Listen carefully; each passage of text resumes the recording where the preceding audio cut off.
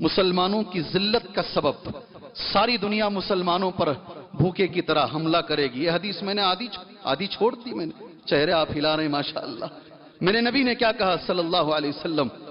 اس کا سبب کیا ہے؟ میں عمائدین ملت جو ہمارے قوم کے بڑے لوگ ہیں، لیڈران حضرات، علماء ملت، ہمارے قوم کے علماء سے کہتا ہوں، قوم کیوں نیچے جا رہی ہے؟ آپ جو کانفرنسیں کر رہے ہیں نا، ذرا اس حدیث پہ بھی غور کر لیجیے. مسلمان کیوں زوال کا شکار ہے؟ مسلمان کیوں نیچے گر رہا ہے؟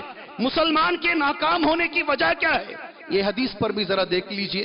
میرے نبی نے کہا وجہ یہ ہے کہ مسلمان میں ایک بیماری آ جائے گی. میں نے بیماری سے ذرا آگے بڑھ کر صحت کی دعا میں نکل گیا تھا. اس وجہ یہ ہے کہ مسلمان میں ایک بیماری آئے گی. کیا بیماری رہے گی؟ 90% مسجد بول سکتی ہے وہ بیماری کا نام.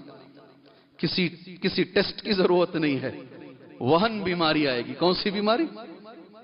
صحابہ کو سمجھ میں نہیں آیا. صحابہ نے نبی سے اور تفصیلاً پوچھا وَمَا الْوَهْنُ يَا رسول اللہ، اے اللہ کی رسول صلی اللہ علیہ وسلم، وہن کسے کہتے ہیں؟ نبی نے یہی کہا جو آج میرا موضوع ہے، حب الدنیا وکراہیت الموت. دنیا کی محبت اور موت سے نفرت. کون ہے آدمی؟ بہت کم لوگ ایسے ملیں گے جن کے سینے میں دنیا کی محبت نہیں ہے.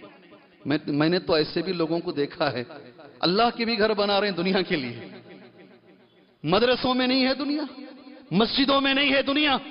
کون سی ایسی جگہ ہے جہاں دنیا نہیں بس رہی ہے؟ میرے نبی نے یہی کہا مجھے سب سے زیادہ، دجال سے زیادہ اگر کسی چیز کا ڈر ہے وہ ریاکاری کا ڈر ہے. آدمی نیک کام بھی کرے گا لوگوں کو دکھانے کے لیے، دنیا کے لیے. اللہ اکبر.